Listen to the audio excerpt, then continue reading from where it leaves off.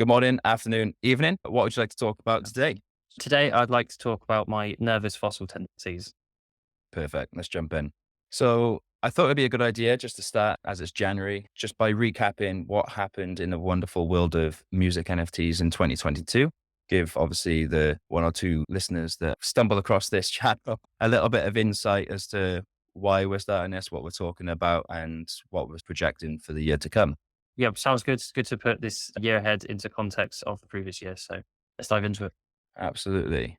Now, obviously, we know that everybody was hit, well, all musicians were hit quite hard in 2020 due to certain things that we probably shouldn't mention for retention on this platform.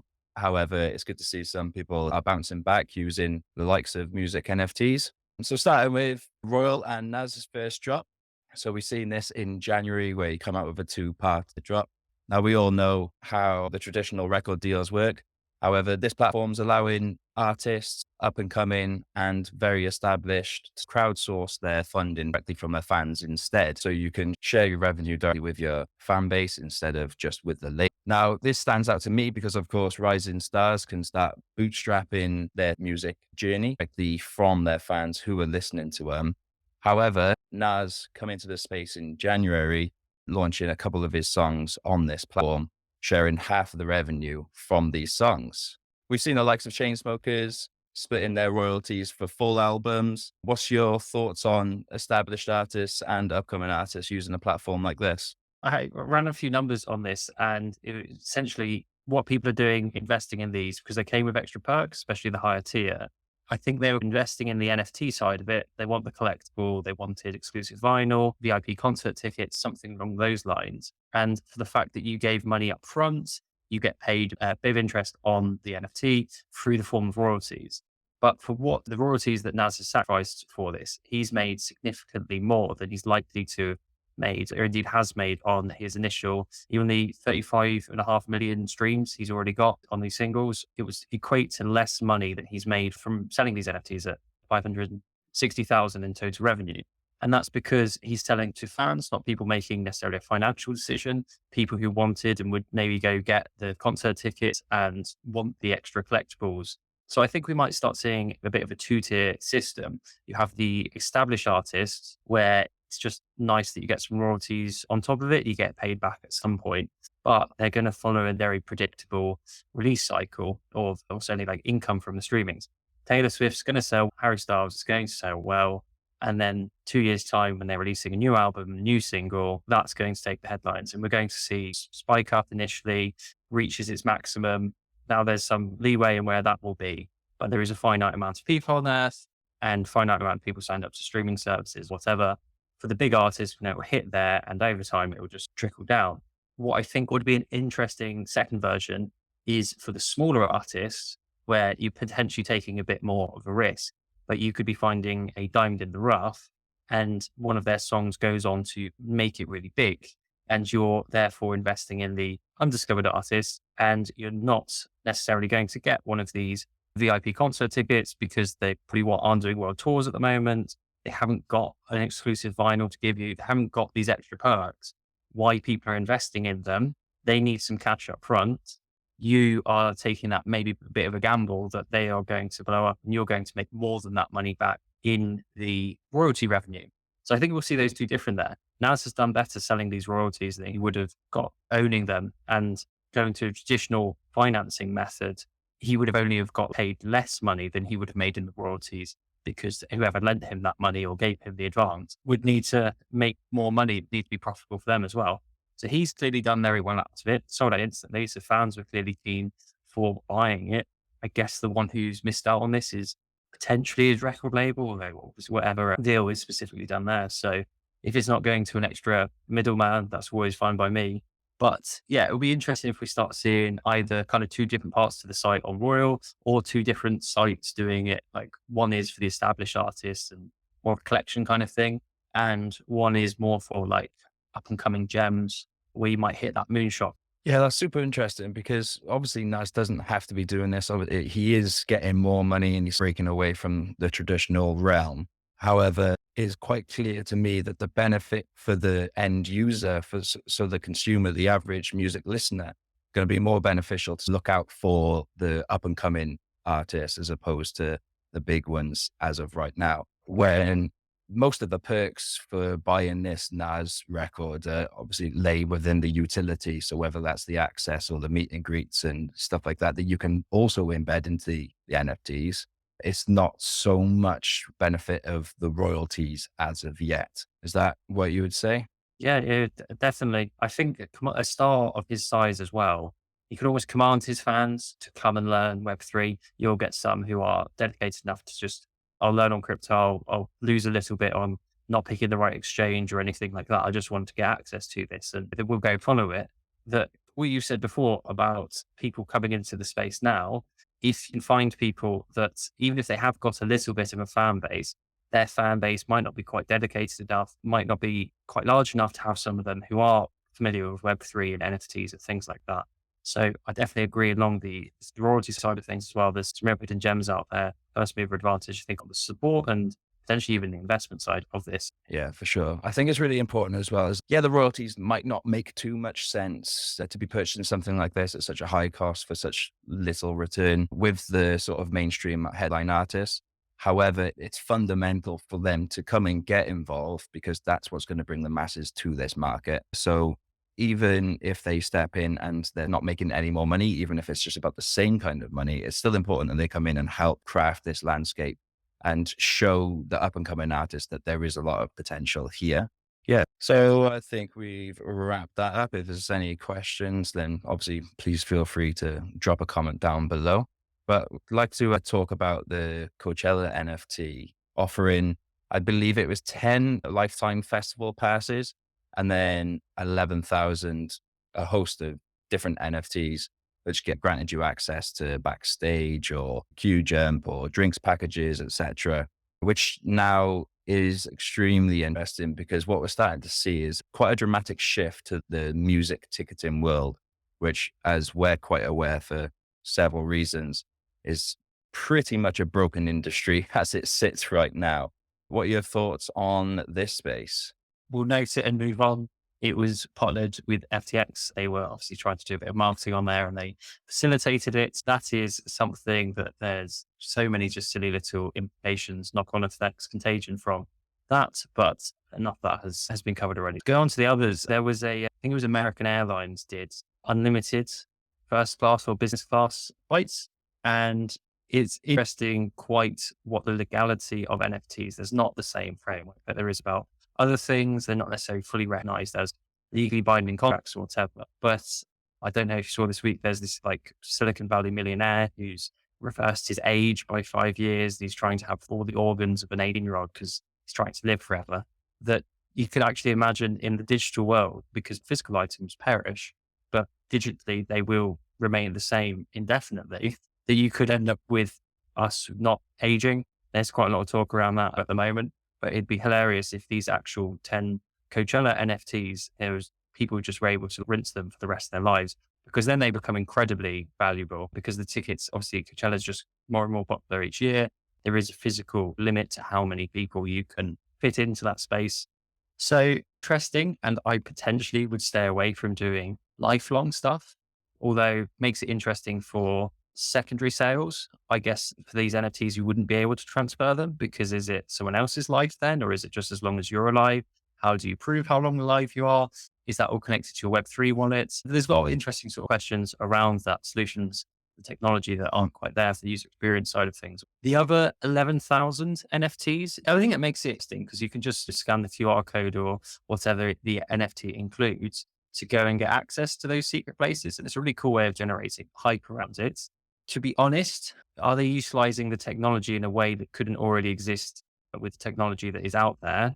You can just write someone's name down and then they'll get lifelong access as long as they flash ID. Is there some special artwork?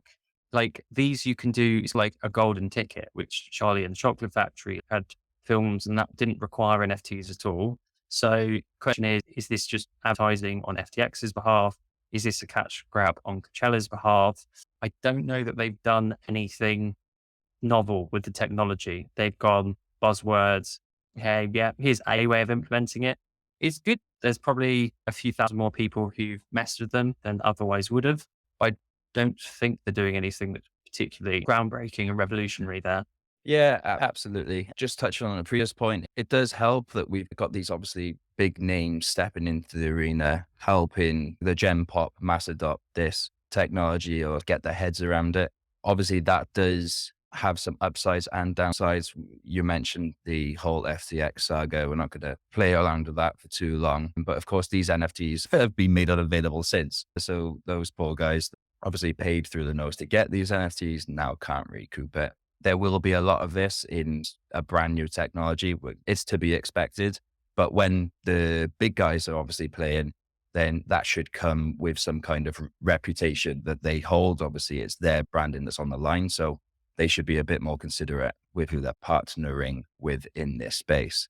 But something that you touched on there is the secondary sales of NFTs is where this gets really interesting. Because of course you can't, I'm going to imagine that they're not soul-bound tokens in any essence. So you will be able to trade this then forever. The value of the tickets just from inflation is going to go up year on year. So does that work out well for them, or does it detriment their costs in the long run? Was Yeah. It becomes an honest question. Property rights, if you pass it down to your, like, it has to be matched with real world ID, I would imagine. In which case, what's the point of the NFT? You can just do that as is and just store it on a database somewhere. I'm just getting a little bit more sort of info around this. About 1.5 mil stuck on FTX from these, and some of the NFTs weren't working, which I think is one of the problems with having large players in this space go buzzword. Let's just plug that in. We've seen that with a couple of the metaverse releases as well. You want people who understand the technology, who know how to utilize it in novel ways, trying to make best possible product. If people are still going to come to Coachella, even if they're NFT flop, so they haven't got much skin in the game. I'd imagine they'd do something, because not the stuff they give away. If you've got one of those lifetime NFTs, Coachella can just mint you another one. There's only 10 people. Otherwise, it's bad PR. It doesn't resolve whatever. But yeah, it's hard to do it properly. You'd have it in your own wallet. If you had it once, the festival site had it in there to go pay for everything with stable coins, you have ownership of it as well. Whereas clearly it's not the case. FTX had the ownership of them. So then it can then be lost. So are you collecting it and giving it away to someone else? It's missing out those fundamental parts of the crypto journey that everyone has to go through. It's self-custody or learn those risks. And depending on what you want them for, then clearly we've run into some issues with it here. I was seeing something yesterday, it was like games, and there was like a Fight Club game that was one of the biggest disappointments of all time, because people are coming in and going, here's what we want. We want to play it safe. We're not going to risk anything. We're not going to innovate anything. And you get things like these. We want to see the organic stuff when it's the artist doing it, which is what we see, which is what Royal is Blau, isn't it? Coming in and doing it. And that is the best way, I think. For sure. So just as a thought experiment then, what do you see, or where do you see NFTs place in ticketing, especially in the music and world? So what would be cool on here is if you can tag in geotag just based on your location around the site. And if you're one of those 10, paying a lot probably for those NFTs, if you're one of those 10 really important people, do you know what? Like you could even potentially like casinos will comp their highest rollers, free rooms and stuff, because them having a good time in the hotel and everything, and they just stay with you and spend all their money there, is worthwhile giving away your most expensive room. If you can track these guys around and that they are on this stage there, you could go send them a bottle of something and they're like, oh yeah, having a good time. And they order another 5 bottles. Then you've made your markup on there. Because you've got the lifetime one, that the artists that they like to go see you could have the concierge service where they go, oh, you go and see Billie Eilish every single time. We've arranged for you to meet her backstage. Now that data side is a really cool way of doing it on a festival the size of Coachella. Just the security, scalability on tickets is another cool way of doing NFTs, digital IDs, stuff like that. If you want that for the festival, at least tie in your wallet with an ID. I'm not for identification on public blockchains, but if you're doing a private one for Coachella Festival, there are a lot of cool things you can do with a private one, essentially make it all feeless, because obviously it's actually providing service. That's what we're seeing banks and that doing. Tie your ID, so only people who are of age can buy alcohol. We can personalize things for you. We can give you special discounts, like something that we want to go sell on. Imagine the final day of the festival and you're like, oh, we've overstocked on this thing. Right, well, now we just push to the people who enjoy that, pushing them a bit of a discount. Little things that are so clever, you could do real-time marketing, all in the app, super nice interface. And you've got some of these little NFT things. Hey, do you want to collect all that's this much? Show that you're here. You can show it off because you've got $10 left in your Coachella wallet or whatever. Little things like that, we can try and maximize the value extracted out of customers whilst also providing them a better experience, because drinks are very important parts of festivals revenue a lot of the time. And if they can sell all of their stock as efficiently as possible, then that benefits everyone, because generally you'd get lower prices at the festival because they know they're not going to have to account for all this waste and stuff like that. So the data side of it for a large scale festival like this, and for your high value clients, you want to give them a bespoke, because if we're paying this kind of thing, I'd default to say Emirates first class will make a note. You have literally one person looking after you. They make a note of everything that you order and what your favorite drink order and stuff is. And the next time you fly with them, that is already there waiting for you at your seat, because they want their customers to feel special. It's actually a small detail because they have to write down, like a waiter or a waitress writes down. It doesn't really take them that long. It's stored in the system. All of that would be automated on the blockchain. And you go, like, they're going to order that drink when they sit down anyway. And you've just got it there waiting for them. And it's, oh, great. It was like long in the airport. It was a long journey to get here or whatever. You've made their experience so much better for virtually no cost. So that's the way that you need to do it for high value stuff. Yeah, for sure. And I see a lot of the real world access and sort of permissions being granted through NFTs, like where this is like actually going to revolutionize the industry. Even simple things like incorporating AR or VR bits into your NFTs, where you could go to these live events and the people with an NFT could hold out their phone and see like a special icon that's like floating in AR, or when we have glasses, which is inevitably coming very soon, or perhaps you could see access to another door, or, do you know what I mean, there's a lot of like real world small things that you can be building into the utility of these NFTs that I think will hold a lot more value to the actual consumers than just access to passes or access to festivals or stuff like that. Instead of looking at it as an investment vehicle or anything like that, just a vehicle for utility, just something to build a community around the space. And quite often the stuff that the festival does anyway, like the secret headline or secret act at some point, you just ping it to your NFT holders, because then you've got that, oh, do you not know? I've got that exclusive access that people would love to have, grabbing their friends' faces or whatever. Plus you can advertise, but in a fairly discreet way. Yeah, and the headline's on now. So at this stage, go ahead here, or here's a secret party or whatever, prize performance by so-and-so. But you get that, like that first update. They need to update it to someone. Here's the way of doing it. We just added the value to you. We pay for them anyway. It's like the same as sending a text. It costs them nothing and dramatically improves.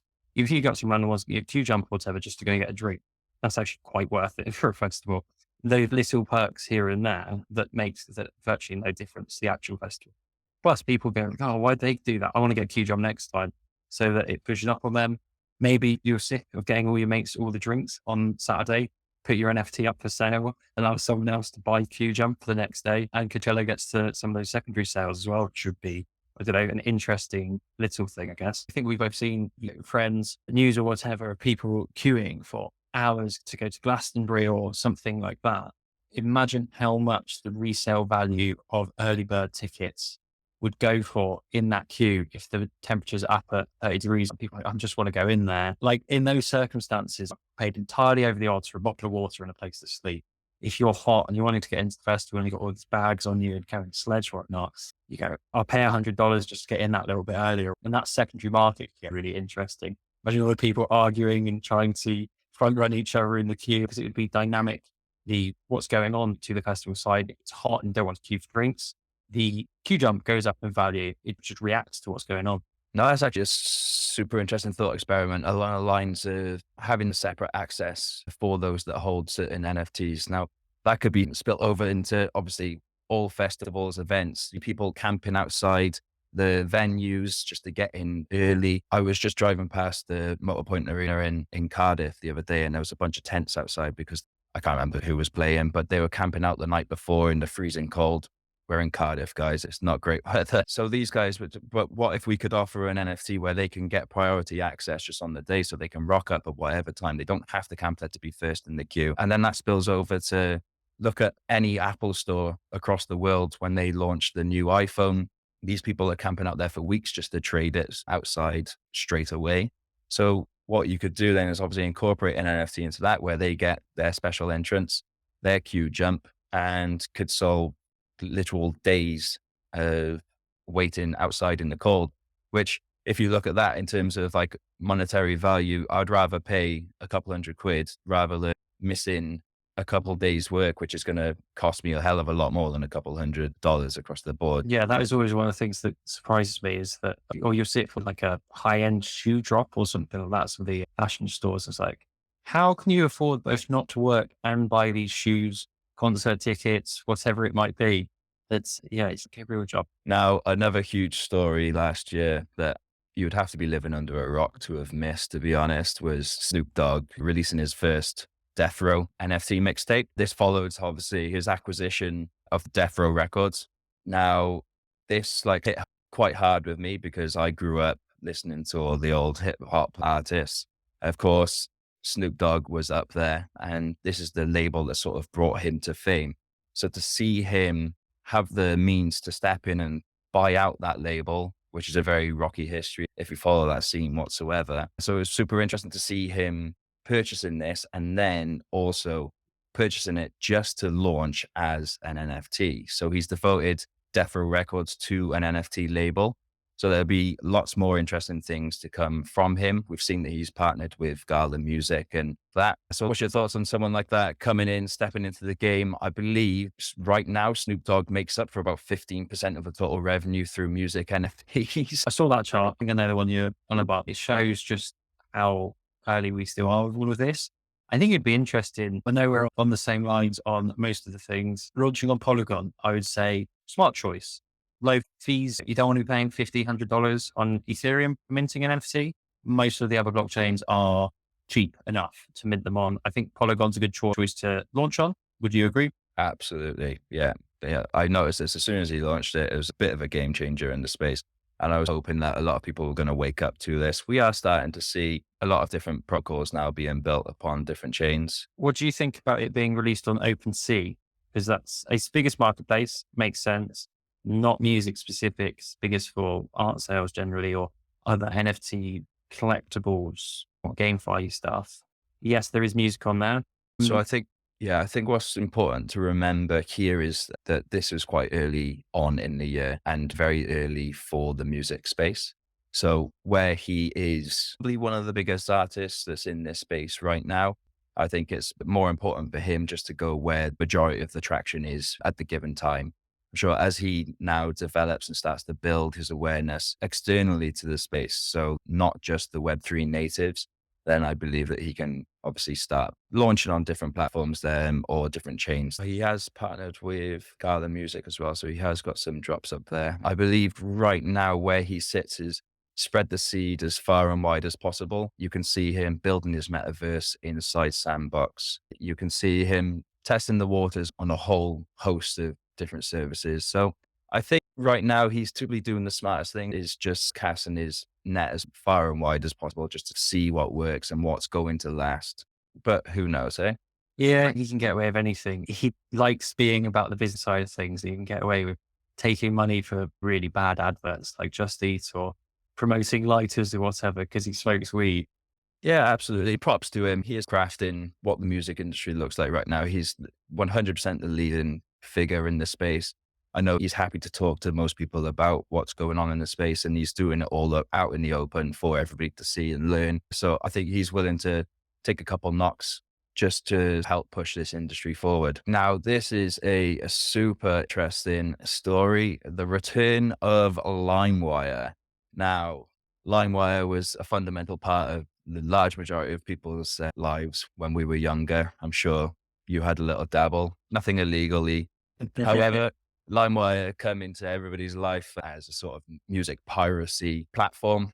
But as you can see here, they feature collections with Travis Barker, Soldier Boy, Dylan Francis. They've already leveraged the branding name to pull in some big artists. And I think it's like quite a nice little story for artists to play with as well about the sort of reemergence of it. However, it's going to be for the people and the artists as opposed to just the people this time. So to give a little bit more context to this, I guess, the original founder of LimeWire has expressed his displeasure at the reinvigoration of the brand.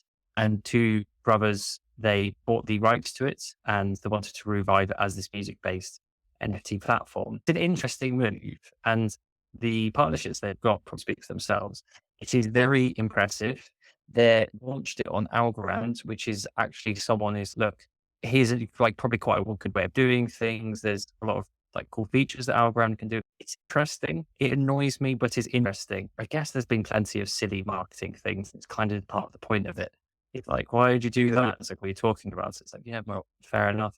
They have got some very big partnerships on there as well, and definitely one to watch. I guess they'll dominate that space as well. They'll become the OpenSea of Algorand. Algorand's a really smart project. I think there's a couple of like PhD in computer sciences, some of the real pioneers in loads of like blockchain work and stuff like that. And there's a lot of good funding in Algorand. So there'll be money to go for the NFT space, because obviously that's one way of growing your network. And if this is going to be the OpenSea of Algorand, then that's where you're going to get good money. And that could have been their move to get all this money for partnerships, because sounds organically got those big artists on there as well. OpenSea, just that they like end up there. Whereas this one has made a real drive for gathering all of these artists. Yeah, absolutely. I just think it holds true to obviously the power of branding, essentially. Like exactly what you said, we're talking about it. It's made multiple headlines. Every sort of music outlet was talking about it originally because, once again, as I said, they've already got that sort of connection with the brand itself. So I think it's done well. I think it's served. If they had launched as something else, we wouldn't be having this discussion right now. Very true. I think the next cycle, there's going to be a lot of blockchain wars will continue. And the amount of time we've spent hearing about Ethereum killers, the core blockchains that obviously everything like stacks on top of and runs off of, they have proven themselves for a prolonged period now. Generally, they aren't just a proof of concept. Doing this with Ethereum, they're rolling out a whole bunch of features and improvements to the network and everything like that. That we're now going to be seeing how those ecosystems get built out onto it. It's next evolution of the cycle. You want security and you want lots of transactions on your network. That is the base layer. There's not really anything too much more to go on there. The space is relatively saturated for those kind of blockchains. So it's going to be all about not necessarily building the best protocols, but the best communities and networks on top of it, because we've seen the value of networking effects. So that could be an interesting one as a really cool spearhead is LimeWire and Algorand, as that'll be a lot of people's. The artists will pull them in, and that'll be their first one. As you keep saying, you move in now, you've got first mover advantage, and the artists on there have got first mover advantage. So that therefore would bring people over to Algorand, and it therefore serves like fishing hooks for the respective blockchains they're built on. Yeah, absolutely. And I've been caught saying that the true mass adoption of this space comes when we stop thinking about what sort of layers, terminology, and we get rid of this whole complication of the blockchain space. So the general population can step in because they don't know that they're using NFTs. They don't know which chain it's being built on. Just the same as I don't know what PC or laptop you're using right now, or what internet provider is in between us. Do you know what I mean? So I feel like that's an important point here. However, that's such early adoption in the space. It is important to make sure that the Web3 natives are at the forefront of the building, the ones that actually understand what's going on and understand the utility behind each platform that these are going to be like chosen to be built on. Yeah, definitely agree. There's a million different coding languages. You just care about the website working, don't you? Yeah, that's it. Now, we couldn't have shot this video without talking about Koopa Troopa launching his Web3 record label with a busting 10 million early stage investment. Now, this is super important. He is 100% the leading figure within this space, and he works with pretty much every NFT music artist there is out there. He's going to be using this fund for a whole host of different use cases, whether that's working directly with artists, whether it's investing in new projects. He's been a leading talking figurehead for this space for the last couple of years, and was previously the biggest talking head for DAOs as well, which I think links with the music space very well, considering that I see a future where we can start disintegrating the traditional record label and building them around whether they're full DAOs or just temporary DAOs that come in for decisions that we spoke about before. This Week in Music NFTs is his newsletter. I recommend anybody out there to go and subscribe to it just to get the sort of obviously weekly updates, see what's going on there, see what tracks are coming out soon. Got very close affiliations with Sound and a lot of the artists that are going through there. Now, it's really interesting to hear him talk with these artists about the sort of working out the methods and the best way to go about it. I've learned a lot from him in this space, and I'll continue to do so and follow obviously this fund quite closely.